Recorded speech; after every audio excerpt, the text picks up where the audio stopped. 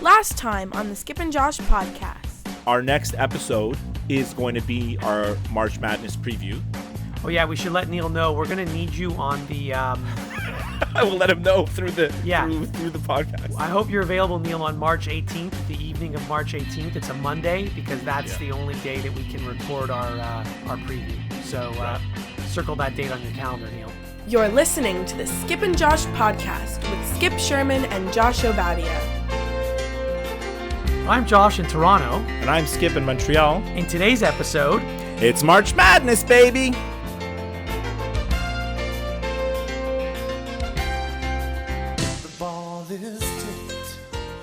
Okay, Skip, it's time for possibly our favorite episode of the year. I know that we like to do that end of year episode where we do best of, but this is our March Madness episode, so this could be our favorite episode of the year.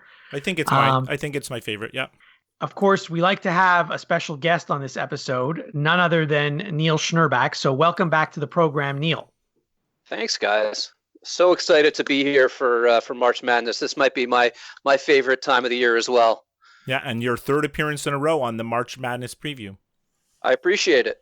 One little housekeeping note. Last year we recorded on Sunday right after the brackets came out, and this year we're recording on Monday. And the reason for that is because last year, I want the listeners to know that last year Neil complained that he didn't have enough time to prepare, and so we've delayed our recording by 24 hours to give Neil more time. That is completely untrue. But we can still go with that story. Okay, so Neil, we're going to do things a little bit differently this time. We're not going to go through every single pick every single game, because that gets a little monotonous after a while.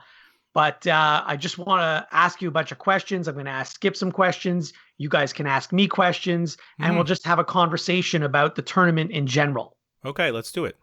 Perfect. So, Neil, I don't know how much time you've had to look at the brackets, but first of all, I want to know what you think of the number one seeds, the 4 number one seeds. Do you agree? Do you disagree? And if you disagree, who would you have put in instead?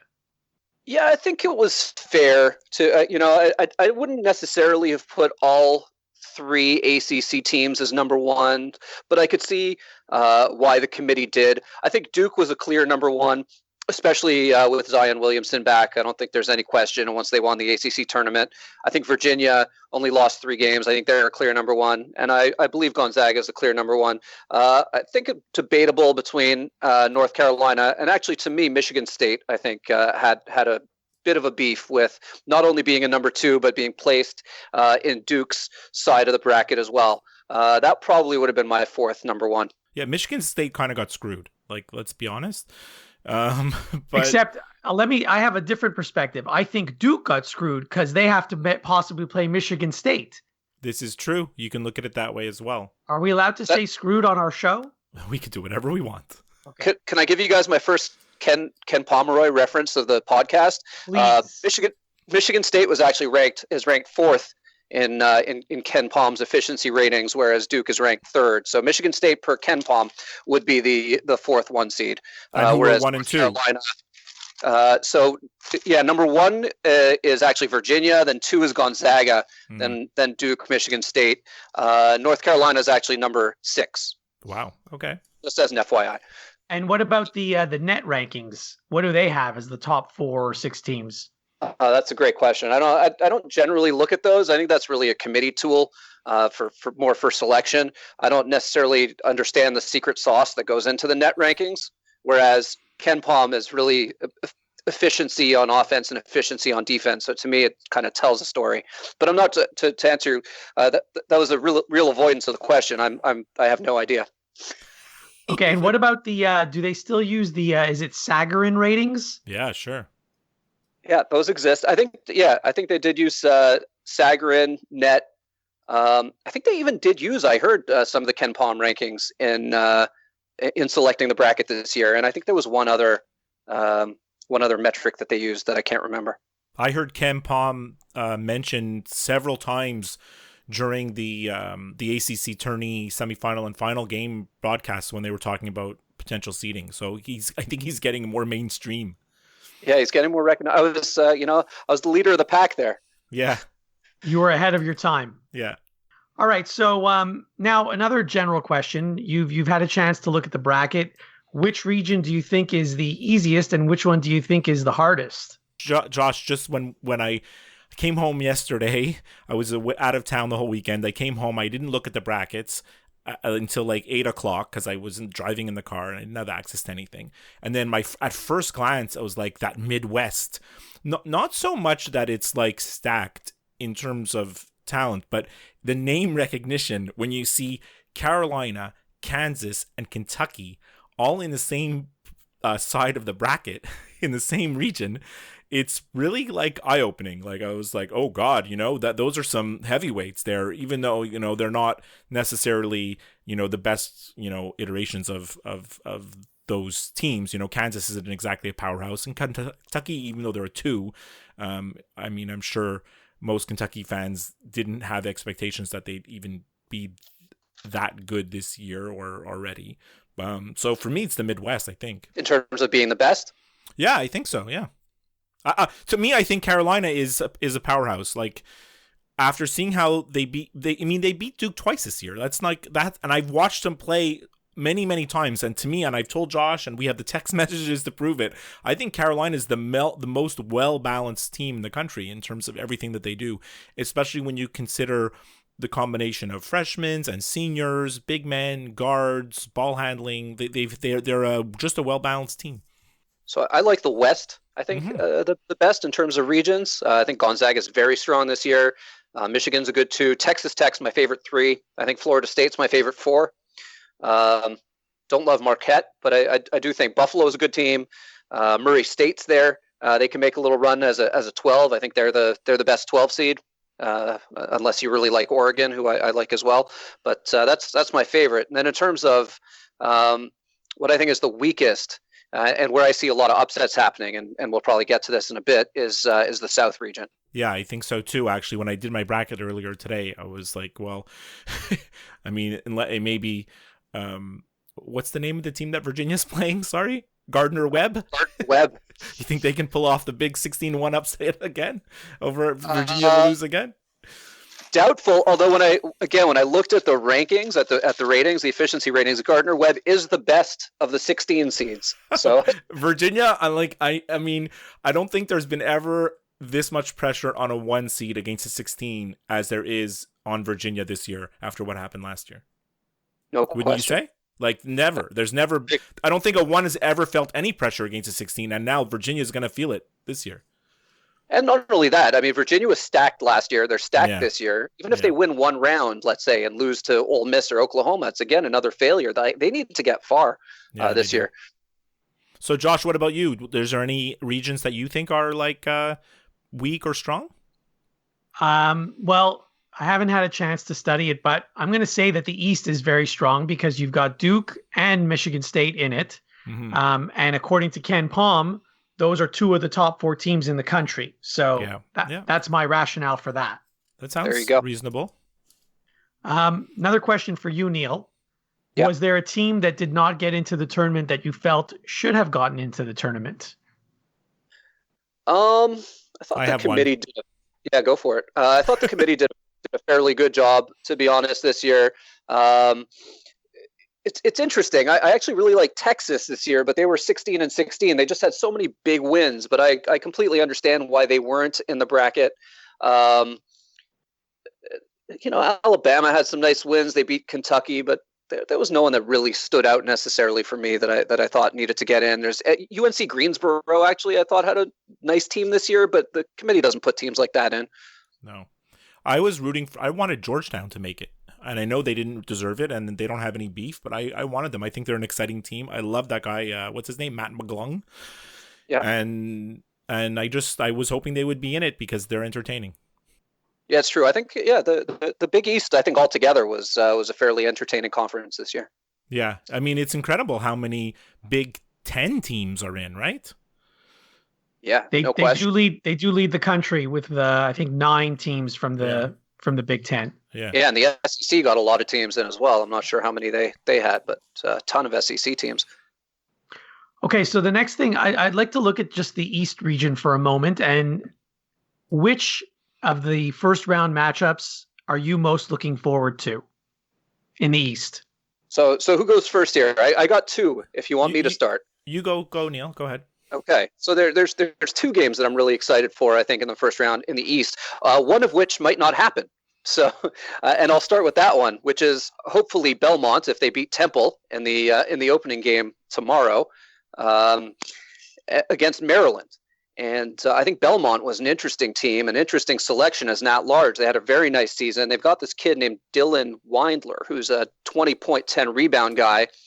And he's going to be the best player in that game. And Maryland comes into the game losing 3 out of 4. And I think really there's a good shot for a mild upset there. And I'm looking forward to seeing Belmont. The other game I'm really excited for is actually Yale against LSU. I've been big on LSU all year. I think they've got this kid Naz Reid playing center, who's just a beast. He's a freshman. He looks like he's 35 years old, just a huge specimen of a guy. But as you all know, right, their coach Will Wade is suspended. There's a lot of turmoil over at LSU, and Yale comes in hot. They've got this kid Mie Oni, who Coach K projects as a first-round pick. Actually, says he has first-round talent. And if you look at the Vegas lines right now, LSU is a 3 seed, is only 7.5-point favorites over Yale. So that one could be an interesting watch. The game that I was looking forward to, it's more of a player, is Virginia Tech against St. Louis.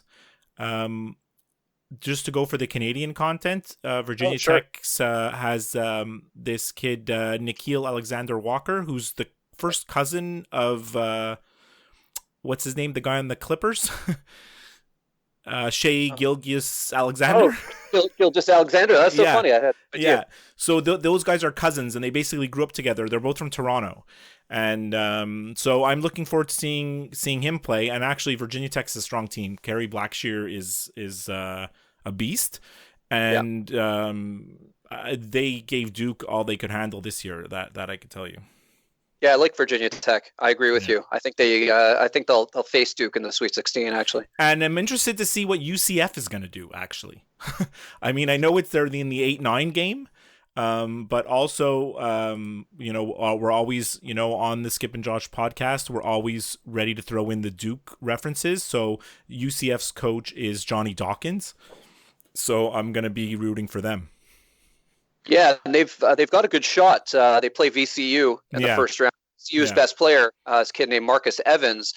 May or may not be hurt. They lost in the first round of their conference tournament with Evans getting hurt, and apparently he's coming back. There was no structural damage to his knee, but it remains to be seen if he plays and how effectively he might play. So I definitely like UCF in that game.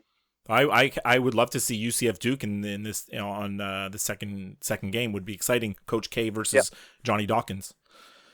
Before we move on to the next region, Neil, I have a sort of a logistical question for you about the tournament. Sure. And maybe you can answer this. So there are obviously 4 playing games, and in theory, and correct me if I'm wrong, the teams that are playing in the playing games, those were the last teams that made it into the tournament. Am I correct so far? I think that is true, yes. And so then explain to me how some of the playing games are 11 seeds. Shouldn't they all be 16 seeds? No, I'll tell you why. No, so they shouldn't. Right. So there's the auto bids. I mean, that's why. But really what they should be, and the better question is, shouldn't they all be 12 seeds, right? If you look at the 12 seeds that were there at-larges who were 12 seeds? We got Liberty, Murray State. Who are the other 12? Oregon, and New Mexico State. You know what? So all the 12 seeds this year were also automatic bids. So that's why there are 11 seeds this year. So they were the last of the at-larges. On all the 12 seeds were auto bids this year. It's because the 15s and the 16s are there because they've won their conference. So a team like Iona or Gardner-Webb, I mean, they're in automatically, but they're not better than, 11s or 12s, right? And it's not necessarily a punishment for the 16 seeds that actually did win their conference. You've got your teams like Fairleigh Dickinson or whoever. I'll tell you a quick story. There was a Montreal kid who was about the same age as me named Prosper Karangwa. I actually went to Dawson College with him, and he played at Siena College. And one year they were like 11-19, and went on a run in their conference tournament and got into the play-in game and ended up winning their play-in game. This guy got on national TV, scored like 35 points, and then they played Maryland. This is the year that Maryland won the tourney with Juan Dixon. And they got trounced by Maryland, but this guy got his moment in the sun in the play-in game on national TV, scoring a bunch of points. So, okay, in some ways, it could be a reward. All right. Well, I'm still a little confused on that, but we'll move to the South region. You still don't understand how an electric toothbrush works? No, that I understand. Okay. In the South region, Neil, which matchup in the first round are you looking most forward to, or looking forward to most? Yeah, the South region, there's a few in this one. As I said, it's sort of off the top. I think there's the potential for a bunch of upsets in the South region. So maybe I'll give you a few and I'll go through them really quickly. UC Irvine against Kansas State. One thing that we can't overlook is that game is taking place in San Jose, right? So Irvine, which is in California, is playing a Kansas State team in San Jose, right? And Irvine's a team that's 30-5, and so I think they've got a really good chance of winning that game. Then we've got Oregon, Wisconsin, which is sort of the same idea. That game is also taking place in San Jose. So you got a Western team in Oregon playing Wisconsin, and Oregon is smoking hot, and they play a really defensive style of game going up against Wisconsin. That game might end up being like 38-36. So I think Oregon could win that game. And then on top of that, a team that I think, and Ken Palm doesn't agree with me on this one, but a team that I think is underseeded is the 14th team in this region, and that's Old Dominion playing against Purdue, Purdue's got a really strong team. I'm not sure if you've watched them play. I got this kid Carson Edwards, who's fantastic. But Old Dominion this year, they won against VCU, who, as we know, is an 8 seed, and they won at Syracuse, who's a 9 seed, right? So you got this 14 seed who's picked up some big wins this year playing Purdue. I think that's going to be a good game. So those are the ones I think I'm looking forward to the most. And also St. Mary's Villanova. I think that'll be a good game, although I think St. Mary's is a little bit overrated. I think Villanova will end up winning that game. But I think Villanova is a little bit overrated as well, by the way. Don't necessarily disagree with that. Although they're a 6 seed, so in some ways they're properly rated. I think maybe because of their success the last couple of years, people will overrate them when they fill out their brackets. I certainly don't think Villanova is a championship contender, but I do think they should be able to handle a St. Mary's team that lost 11 games this year. But they're in tough though, Villanova, because the second game they'll have to play Purdue, correct, most likely, and that's not a good matchup for them. Do you think St. Mary's would be in the tournament if they didn't beat Gonzaga in their conference tourney? No way. It would have been close. They might have been the last team in. Right. And Skip, what about you in the South? You looking forward to any games there in the first Gardner round? Webb. It's true. I mean, that's for sure. I'm definitely looking forward to that. And the way Virginia plays, it's like they don't blow anybody out, right? They play so defensive that the game could be fairly close in terms of the score, for a while anyways. That's the game I'm most looking forward to. And I'm interested to see how Tennessee is going to do. I know they're the number 2. I thought maybe they weren't going to be as high as number 2. I don't know, Neil, if you were surprised about that, because they've been kind of up and down, right? Yes and no. I mean, they got trounced in the SEC finals by Auburn, which was a little bit of a surprising result, but they had a nice season. Right. I really like Admiral Schofield, and especially Grant Williams, who's probably the best player in the SEC, plays on Tennessee. I actually think that they've got a fairly, well, I shouldn't say easy road. Purdue's a really good team, but I think they've got a good chance to advance pretty far in the tournament, potentially even making it out of this region. Very cool. We'll move on to the Western region then, or the West, as they like to call it. And Skip, I'll start with you. Which of the first round matchups are you looking forward to most? Well, I'm declaring Arizona State the winner of the play-in game. Right. Okay. Now, calling that. And I think they're going to beat Buffalo also. You know that Arizona State's current coach is Buffalo's old coach. Well, Arizona State's, Bobby Hurley. But I'm not, you think that I'm going for Arizona State just because of Bobby Hurley. And you would be wrong if you would assume that. There is a real connection between the West Island of Montreal and Arizona State, because their best player and the conference freshman of the year is a kid by the name of Luguentz Dort, who grew up in Montreal and played for the Brookwood Basketball Association here in the West Island, which is the same association that my son's house league is in. Well, clearly And you've done your research today. yeah, well, Matthew's been telling me about this kid, Lugens Dort, for the whole season. He's been following Arizona State since the beginning of the year because one of his friends actually played against this kid in like AAA basketball. So, and I've seen Lugens Dort play, and he's fantastic. I had no idea he was a Montrealer, actually. Yeah, he's good, very good player. So that's my tie-in. So I mean, going totally with my heart and like by just saying I think that I'm going to be cheering for them. Although the bracket's loaded, and I think Michigan is probably one of the most dangerous teams in the whole tournament. And again, Florida State is also in this bracket, and they're a tough out. As you saw, they went all the way to the final in the ACC tournament. That they're tough to beat on any given night, and then Syracuse, who can upset anybody on a given night. So I think it's a very interesting bracket, the West. I think there's a rule in March Madness. I think there's a rule that says that Syracuse must win their first game of the tournament, regardless of where they're seated or who they are playing. See, this is like what people think, but it's they've lost so many times that you just remember the times that they won. But it's been a while since they've lost their first game. Usually they win their first game. I remember when they were a 2 and they lost to the Richmond Spiders, who were 15. Yeah, but that was like 20 years ago. Right? So they must have had a different coach back then, obviously. They must have, right? Yeah, kidding, exactly. Obviously. So, Neil, what about you in the West? What are you looking forward to seeing? Yeah, I want to. I'm going to jump back to Buffalo, Arizona State, who I just think don't sleep on Buffalo here, despite the fact that Arizona State has Lugens Dort, who's a fine Canadian. No, we just learned. You're right though, Neil, because I was going to cheer for Arizona State regardless, and then when I saw they got Buffalo, well, if they get past St. John's, but when I saw they got Buffalo, I was like, oh man, that's a tough first game. That's a strong 6.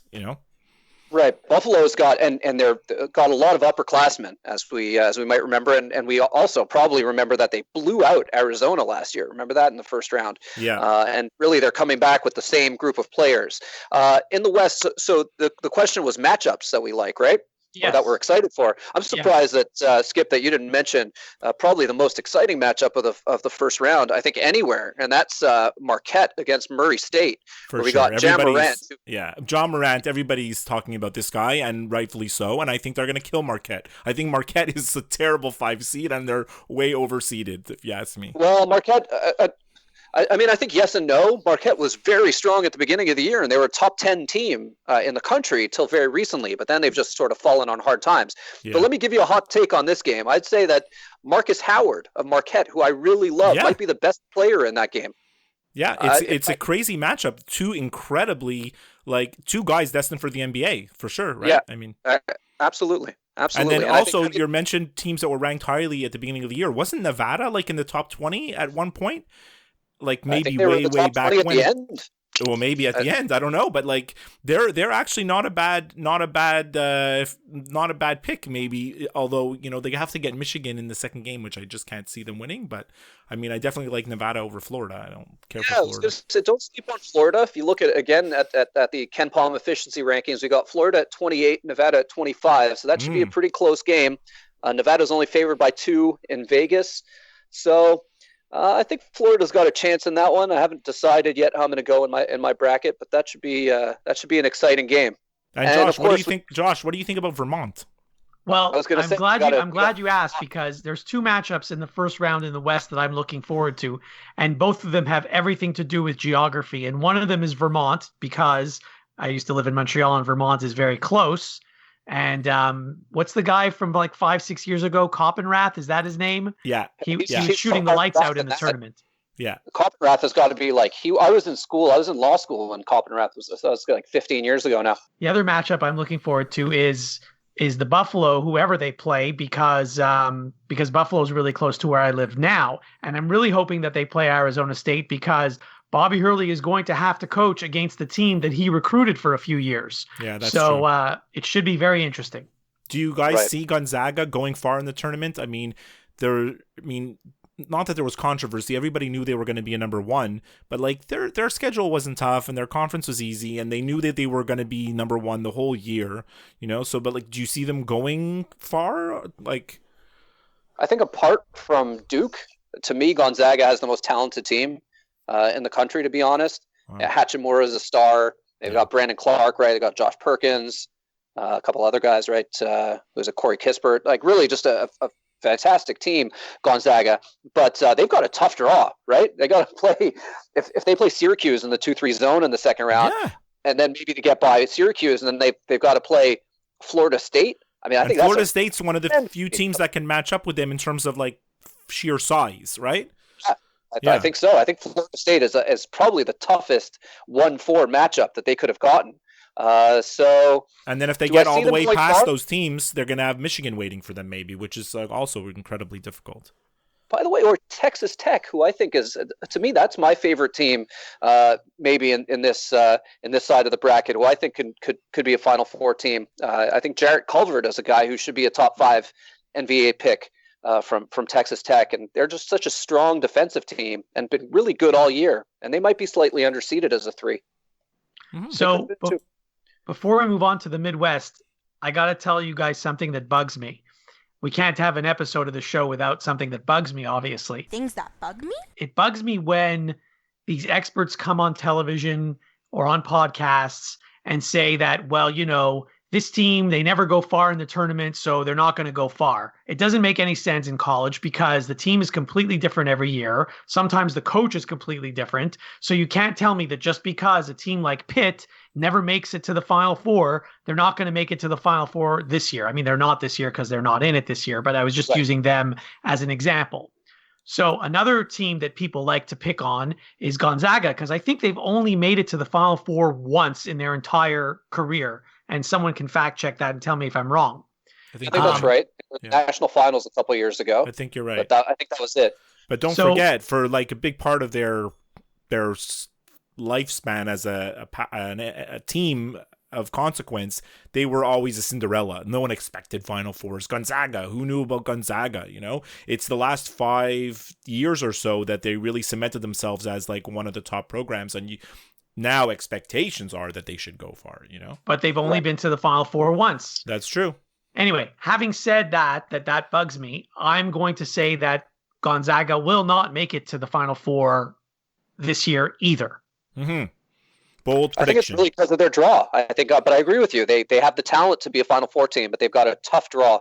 If they beat Syracuse and Florida State and then Texas Tech or Michigan, they really would have earned their spot into the Final Four. So let's move on to the Midwest and get ready, because after we do the Midwest, I'm going to ask both of you for your Final Four teams and your national champion. So Neil, in the Midwest, what matchup are you looking most forward to?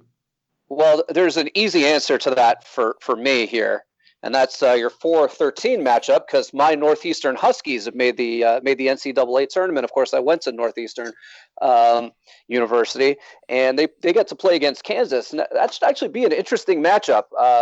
Northeastern actually has 5 guys who shoot 39% or better from 3, and so I was kind of worried that they'd get a matchup with a team that could really bully them inside. But Kansas, since Azubuike got hurt, Kansas has really been playing a lot of 4-guard sets, and so I think Northeastern's got a chance. There should be a high-scoring game with a lot of shooting there. Also interested to see Seton Hall. I really like Miles Powell playing against Wofford. It should be a good game. And then Utah State against Washington. I don't love Washington's team, but Utah State with Sam Merrill could make a little run this tournament. So I'm excited to see those games. Skip, before you say your matchups, I want to ask Neil about his Northeastern team. Do you think Duke could borrow one of your 3-point shooters just for a few weeks, because Duke's 3-point shooting is horrendous? Even if they did, they'd move up from 300th in the country to 280th. Yeah, that's true. Duke, if there's one, and we'll talk about this when we get to the kind of the Final Four, but if there's one sort of bugaboo for Duke, it's just that they really just can't shoot threes or free throws. Yeah. Free throws is more concerning, because I think you can get away with not shooting threes. You just don't have to take them. Right. But the free throws, I mean, we're gonna save this for a minute from now, but there's going to be a game in this tournament where they're going to be ahead and the other team's going to start fouling, and they better hit their shots. That's all. Right.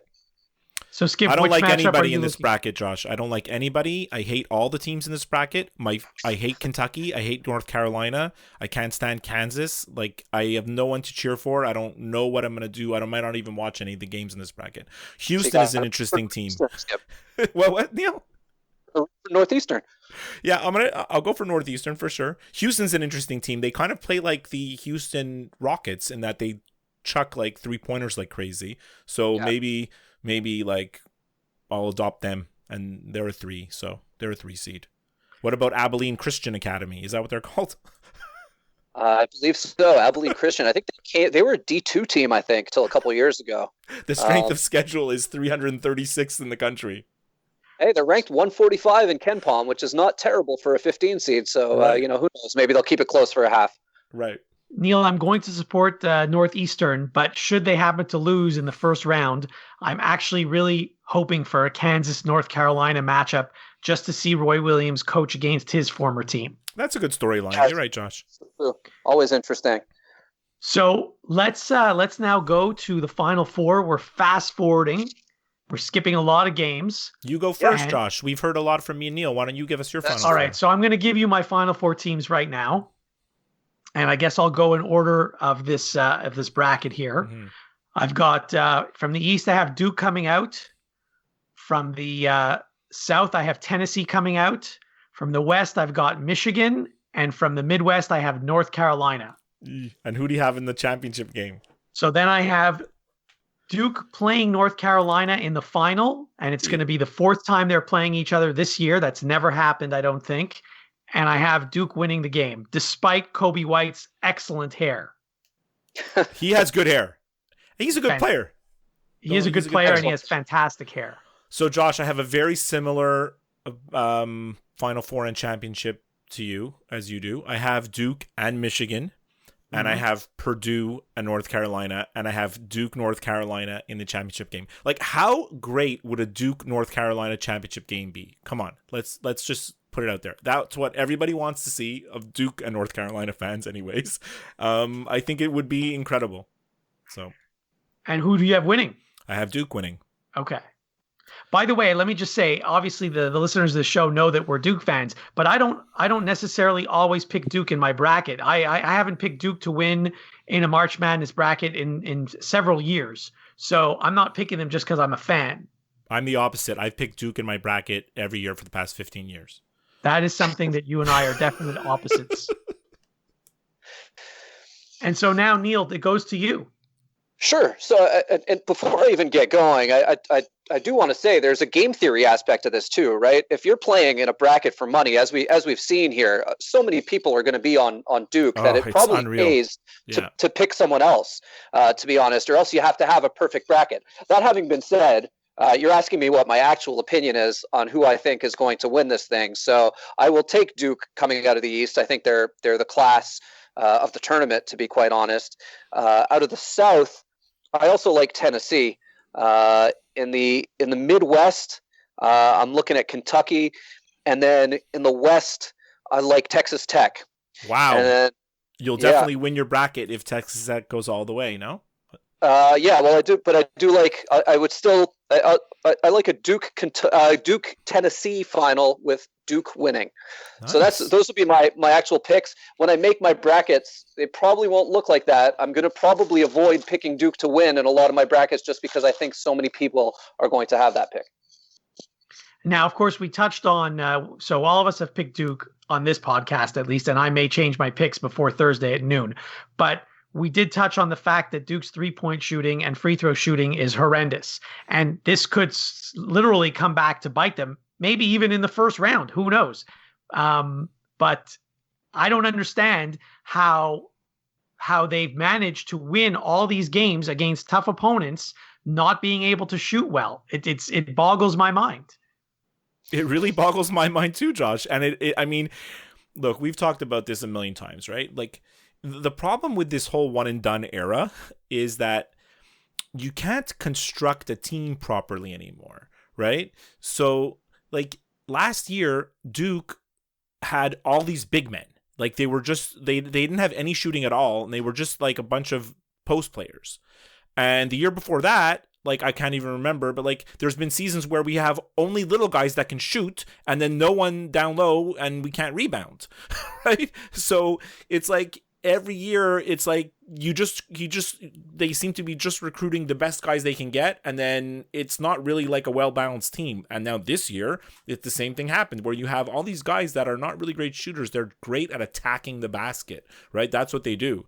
So, I mean, let's just roll with it, I mean, and I mean, I guess the real answer to why they're so good is that Zion Williamson is that good, He never really misses he never misses a shot. It's like no matter how much traffic he's in or guys around him or the angle that he puts up a shot, they just always seem to bounce in.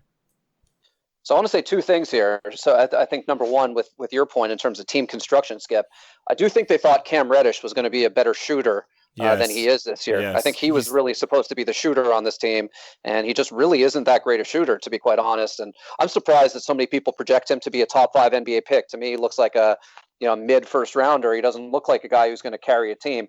The other thing, if you ask why they win and how they continue to win, I think this is one of the best defensive teams I've seen you have in forever. Yeah, really a great defense. I mean, Zion's a tremendous shot blocker. Barrett can defend all the positions because he's long and fairly big and strong. As Josh has mentioned a million times on the show, Trey Jones is a tremendous defender. And then you have like the scrappers off the bench who really all they do is defend, like Jack White and Delorier. That's their game, So the bench is actually much thinner now because Marquise Bolden is injured, and Jack White, even though he's healthy, has been non-existent for the last couple of months. He stinks. So it's really just Javin Delorier and... He was 0 for 25 at one point, and then he hit a few. Yeah. So it's really just Javin Delorier and Alex O'Connell, I should say. Those are really the only two guys that they can bring off the bench. In fact, one of them actually has to start. Don't forget about Jordan Goldwire. True. Yes, he can come in for a few energy minutes during the game. And by the way, Cam Reddish's draft stock, the last I heard, he's penciled in to get picked number 11 is what I've heard in the NBA draft. I can see that. I think that's, I've been hearing all year that he's the third pick, and I really don't see it. I don't see it at all either. And you know what? If these guys were actually smart, I mean, not that they're smart, because they're going to make money as soon as they go to the NBA, and I don't want this to devolve into a conversation about one and done and should players get paid and all this stuff, but Reddish would develop more if he stayed another year in college. He'd be a much better player next year. He's the man. I think so. I agree with you. I think he should stay. Of all those guys, he's the one who probably should stay another year. No, and Trey Jones also, because he's such a great defensive player, Trey Jones. But really, do you think he's NBA ready? No, he has to learn he has to develop his shot, which might develop if he stays another year in college, Yeah, I agree.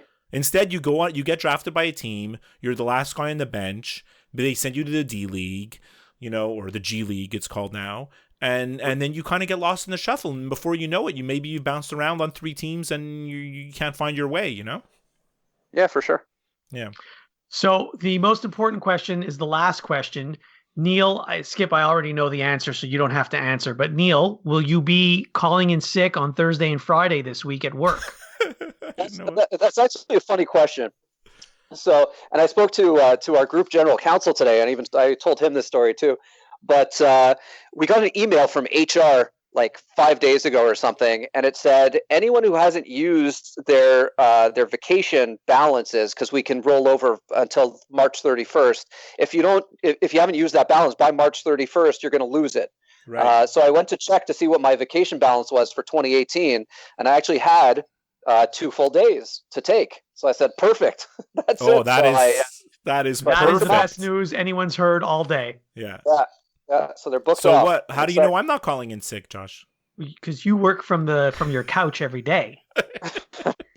Pretty much. Plus, you work for an American company, so I think they would encourage you to watch the games. They might. I want to remind everybody about joining our bracket challenge. You have till noon on Thursday. Is it till noon or 11, let's say? Noon. So you have till noon on Thursday to do so. You can get the link by going to skipandjosh.com, and in the top right-hand side of the website, there's the link to the bracket challenge. You really can't miss it.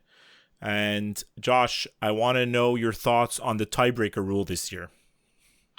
Are you going to enforce the rule how it's supposed to be, or are you going to make up the rules as you go along? I believe we enforced it the way it was supposed to be last year. It says that the tiebreaker is the total score in the final game. Mm-hmm. But it doesn't say if neither person guesses the exact total score, it doesn't say what to do. Well, I think it's understood that it's closest to the score, no? Right. Is that closest? But can you go over? Does it matter? I don't know. But I feel like the guy who got second last year got screwed because you just gave the first place to the other guy. That's true. I did. And the only reason I did that because I looked at the standings. So basically, Neil, Josh just threw out the tiebreaker and gave the first place to the guy who had the most correct picks. Well, but what's wrong with that, though? But that's not the tiebreaker on the website. You could make that the tiebreaker, I think. So just set the website. We could, but we're using the CBS Sports website, and they have total combined score is the tiebreaker. It's like we don't have a choice, you know. So that we're clear. Yes, if you're the closest, if you don't have the exact score, if you're the closest, then you will be declared the winner. And I'm just two joking, people that are Josh. still tied and they're both equally close to the total score, then the next thing we will go to is most correct picks. And by the way, all this is for a chance at completely worthless prizes. The prizes are from a dollar store. Yes. Oh, you don't say. Oh, so speaking of that, okay. So listen to this. So my daughter's all into this year because she has all these new friends that are all they're guys, right? So I think she's trying to impress them or whatever. And she sent the link around to her on her Snapchat last night to everybody for people to join and stuff. So she asked me this morning in the car. She's like, so she did a bracket and she picked legit brackets. I think she picked Duke to win. She didn't just go by like the colors of the jerseys and the names of the schools like she used to do. Yeah, just to let you know, Neil, this is the girl that once picked Hawaii to win the entire tournament. Yeah. So she asked me in the car this morning, so what's the prize anyways? I said, it's prizes that I bought at the dollar store last year. She's like, oh, okay. Then we're sitting at the kitchen table tonight. And by the way, my wife has announced that she's going to be filling out a bracket as soon as we finish recording. She needs to That's unheard of. Yeah, unheard of. So then Selena announces to my wife, she's like, yeah, did you hear the prize is a gift card? I said, where did you get that? I told you this morning what the prize is. She's like, well, if I win, you're going to get me a gift card. She's like, she just declared it, you know? So we'll see how that goes. Schnurbs, I think you need to get your kids to fill out a bracket. Have they ever filled one out? I don't believe so, but I'll get them to fill out a bracket. Why not? Why not? All right. Well, this wraps up our March Madness preview episode. So thanks, Neil, for being a guest again. And we'll certainly have you on our show a number of times. I don't know when the next time will be. Skip, yeah, enjoyed hearing your theories on the 8-9 matchups and the 7-10 matchups and all the matchups. Right. And certainly I noticed that you did your homework this year because you popped out some names that I've never heard of. So it was exciting. So thanks very much. And everyone enjoy all the games. Yeah, it's a glorious time of year. So just make sure that you enjoy it to its utmost, you know, like just get the most out of it you can because it's one of the greatest, like that. The first weekend of March Madness is really like the greatest weekend in sports, honestly. Neil, tell us how the listeners can find you on social media. We forgot to ask you last time. You can always find me on social media, on Twitter @AssemblyNeil. I still do some fantasy golf writing for the website Fantasy Assembly every once in a while. It's www.fantasyassembly.com, and you can find me there. But you could tweet at me anytime. And it should be a great tournament, guys. I'm really looking forward to it. Yeah. All right. Enjoy the tournament, everybody.